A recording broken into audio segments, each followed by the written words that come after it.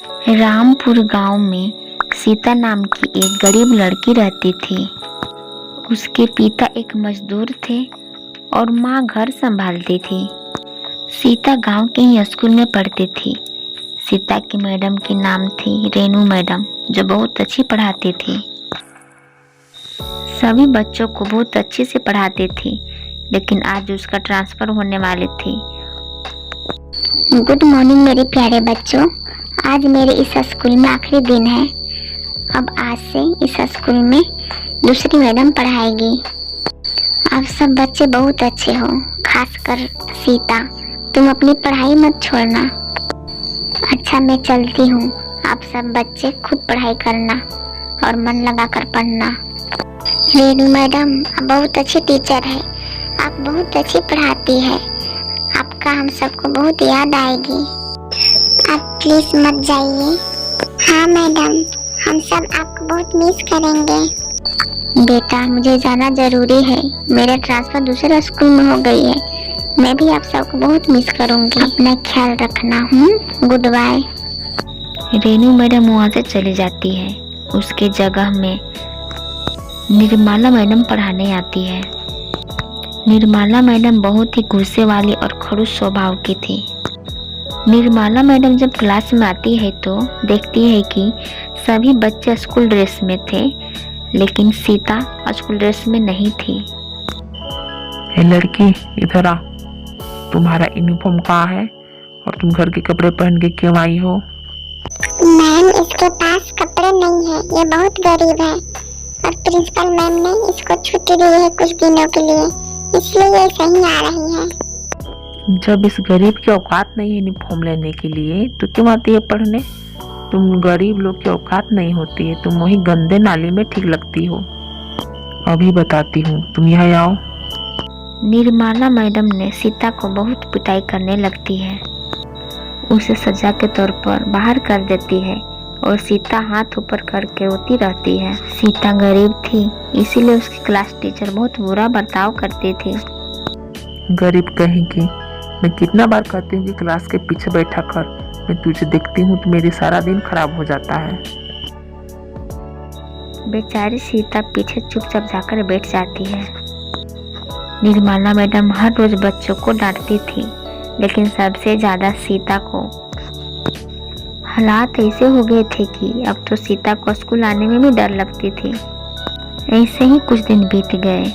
सीता अपने टीचर के बुरी बर्ताव से स्कूल ना जाकर नदी के किनारे जाकर बैठ गई और रोने लगी। निर्मला मैडम बहुत बुरी है और मुझसे ऐसे बर्ताव करती है कि जैसे मैं गरीब होकर के पाप कर दी हूँ। काश मेरे पास कोई शक्ति होती तो मैं उसे अच्छा सबक सिखाती। तभी एक साधु वहाँ आता है और सीता की बात सुन लेता है। बेटी, तुम उदास मत हो। मैं तुम्हें ऐसी शक्ति दूंगा कि तुम्हारे सारे कष्ट दूर हो जाएंगे। साधु उसे जादुई शक्ति दे देती है, जिससे वो अपना हाथ जितना मन चाहे उतना ऊंचा कर सकती है। बाबा, ये तो चमत्कार हो गया।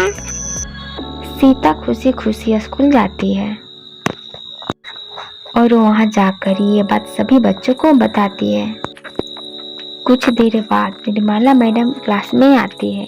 वो जैसे ही बोर्ड पर कुछ लिख रही होती है, तभी सीता अपने लंबे हाथ को बढ़ाते हुए उसके पीठ पर चोटी काट लेती है। निर्मला मैडम पीछे मुड़कर देखती है, फिर वह ब्लैक बोर्ड पर पढ़ाने लगती है। कुछ देर बाद फिर सीता उसके पीठ पर चोटी काट देती है। हाँ, लगता है कि मेरे कपड़ों पे चींटी चढ़ गई है। अब मुझसे तो पढ़ाया नहीं जाता। जाता हूँ, कुर्सी पर बैठकर आराम कर लेती हूँ। वैसे भी गरीबों ने कौन से पढ़कर कलेक्टर बन जाना है। सीता की इस हरकत को देखकर सभी बच्चे मुस्कुराने लगते हैं। फिर मैडम ने उस कुर्सी की तरफ देखकर, ओहो, ये चेयर कितनी गंदी है। ये गरीब लड़की, चल इधर आओ, ये कुर्सी साफ कर। जी मैडम, लेकिन उसके लिए मुझे वहाँ आने की जरूरत नहीं। तभी सीता अपने हाथ बढ़ाती है और अपने बेंच पर बैठे बैठे कुर्सी साफ कर देती है। उसके लंबे हाथ देखकर निर्मला मैडम डर जाती है। ये क्या है? घबराइए नहीं निर्मला मैडम, ये मेरे हाथ है। दरअसल मेरे परिवार को वरदान मिला है कि जब भी कोई 8 साल की हो जाए तब उसके हाथ खुद न खुद लंबे हो जाए। ये कैसा वरदान है? निर्मला मैडम डर के मारे स्टाफ रूम में चली जाती है। अगले दिन जब वो क्लास में बच्चों को पढ़ा रही होती है, हाँ तो बच्चों को इस सवाल को सॉल्व करके बतलाएगा। तुम बताओ बच्चों। पर मैडम मुझे नहीं आता। नहीं आता तो सारा दिन मशगूल करते क्या हो? मैं तुम्हें अभी बताती हूँ। वो उस बच्चे को मारने ही वाली होती है, तभी सीता अपने लंबे हाथ से एक हाथ से डंडा और दूसरे हाथ से मैडम की गर्दन पकड़ लेती है। बचाओ बचाओ, रोको अपने लंबे हाथों को, रोको। आज ये हाथ नहीं रुकेगा। बोलो मैडम, आज के बाद आप किसी बच्चे को मारोगी या किसी बच्चे को परेशान करोगी तो मुझसे बुरा कोई नहीं होगा।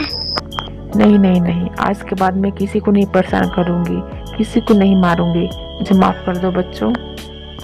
उस दिन के बाद निर्मला मैडम सभी बच्चे के साथ अच्छे से पेश आने लगी और खासकर सीता से उसे तो कुछ भी नहीं कहती। सीता के लंबे हाथों की वजह से आज सब बच्चों को निर्मला मैडम के अत्याचार से मुक्ति मिल चुकी थी।